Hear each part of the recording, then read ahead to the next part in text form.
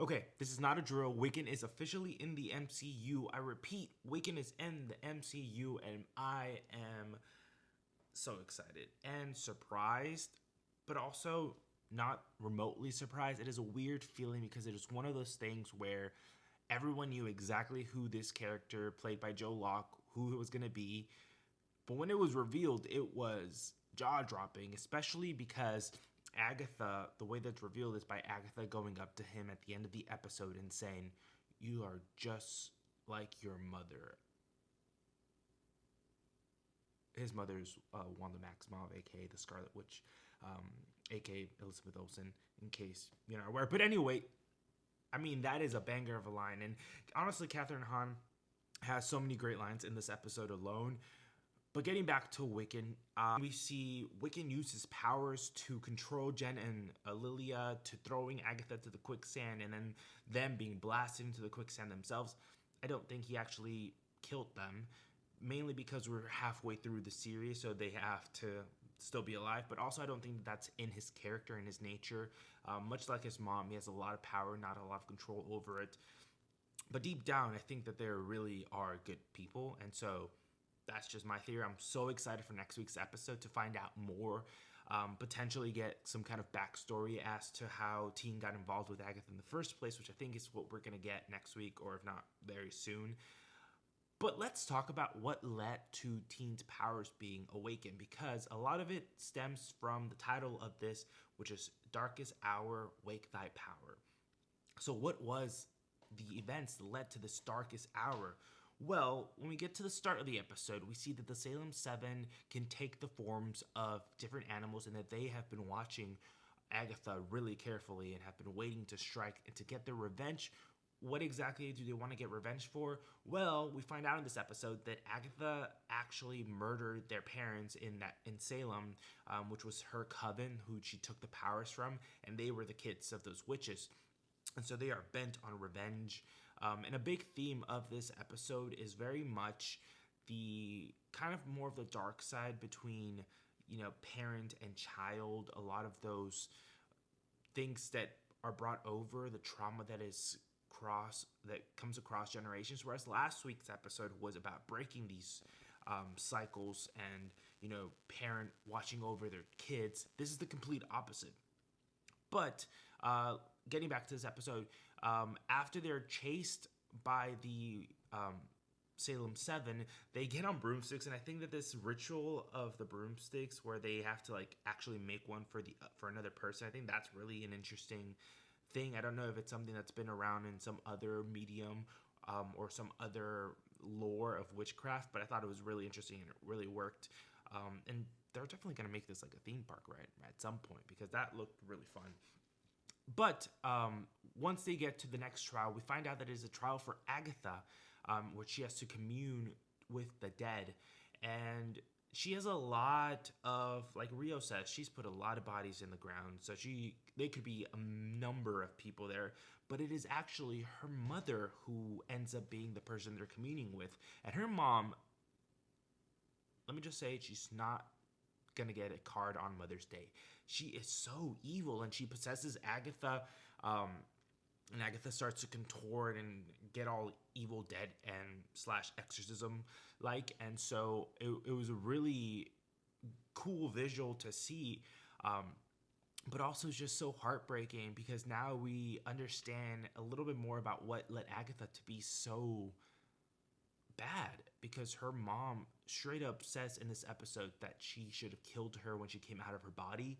And I think that that's the line that really got most of the other witches kind of back on board, because up until that point they were like, yeah, take Agatha, whatever, as long as we get to move on. She would have done the same, and she probably would have.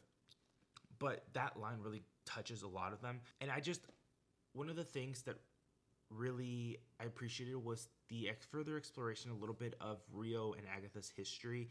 You don't get too much explicitly said, but Aubrey's reactions to what was happening to Agatha were so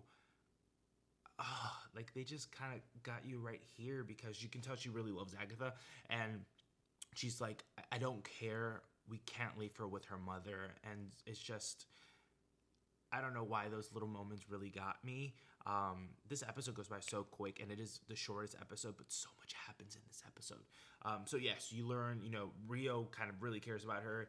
When they're doing the Ouija board and they ask who is there, and the spirit says death, and Rio laughs. She's the only one that laughs. I'm not gonna say why she potentially could have laughed, but I think people are starting to catch on as to why she might be laughing. But yes, this episode so good.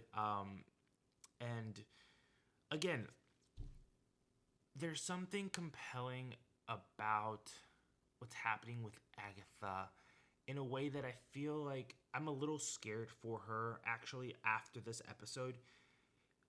I'm scared that she might not make it out of this show. I know there's like, what, she has to make it out of the show. This is her show, but what if this is just the way she gets redeemed? Sure, but it's also, I think it's just a puzzle of the overall bigger picture of, getting hopefully that Wanda movie and setting up all the characters, all her family, and this could just be moving us towards that direction. And what gets me thinking that is the fact that deaths are happening all around us. We got Mrs. Sharon Davis / Mrs. Hart dying in the second episode. This episode, oh, poor Alice. Like, she deserves so much better. She was so nurturing and caring. And last episode, you can tell that a big burden was lifted off of her when they defeated that curse. And now, having seen that, and she's so caring for Teen, and she really tries to protect Agatha from her mom's spirit, and she uses her powers and blasts Agatha. But Agatha just takes all of her power. And honestly, you feel so betrayed by Agatha, but you're also, there's this, I really am believing Agatha when she says that she can't control it, because there was something about it that seems like almost she was in a trance, or like there was just something that it wasn't registering. Agatha was just not there anymore. It was just this thing who was trying to take all the power, until she heard the name Nicholas Scratch, which, by the way, is how we find out that Wiccan or Teen is not Nicholas Scratch, because the spirit is Nicholas Scratch, but also he has a sigil that can't reveal, so he wouldn't be able to say Nicholas Scratch if he was Nicholas Scratch. So we know that's not happening. Like 5 minutes later, we find out he's Wiccan. But that's the only thing that can snap Agatha out of it. And we hear this little kid's voice saying, like, "Mama, stop it," or something along those lines. And it's just so heartbreaking, because that brings Agatha right back.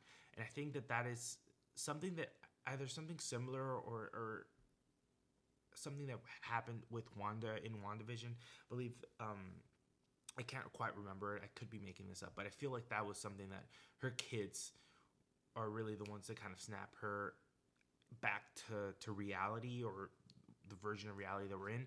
And I think that there's something so special about that. And so that this episode was so good in so many ways. It went by really fast. I will say that 25 minutes, and all of this happened in that 25 minutes. And I was just on the edge of my seat the entire time. Really liked the episode. Really liked the 80s summer camp horror slasher theming that they did with this episode. I don't quite know how that relates to Agatha, because I know that they're all personalized to the witch, and so that was a little bit could have used some more explaining. But honestly, it was just so fun that you don't really care about why it's themed this way. You just kind of lean into it a little bit. But also, I want to talk about how funny some of the lines were in this episode, especially Kathryn Hahn. So when all the witches initially turn on her, pre her killing Alice, Rio has this line where she's like, "Oh, why don't we just slit her throat?" as they're finding for ways to punish her. And she's like, and people ask me why I don't have female friends. So good. And then when the ghost of her mom is like talking shit about her, and she's like, "Mom, stop embarrassing me in front of my friends." It's just like, these are lines that Kathryn Hahn, and Kathryn Hahn only, could pull off so seamlessly, because these are moments that are pretty intense, and so that just natural humor, that natural banter is just so within her. And just, I'm loving how much this show is utilizing Kathryn Hahn's comedic timing and dramatic abilities, and just how versatile she is. So yes, this episode, what a banger. So excited. Can't wait to see what happens next. Like I said, next week can't come soon enough. if you saw this episode, I would love to hear your thoughts on that big reveal that we got. Also, RIP Alice, so you will be missed. But yes, let me know what you thought. And if you have any other theories as to what could potentially be next, we'd love to hear them.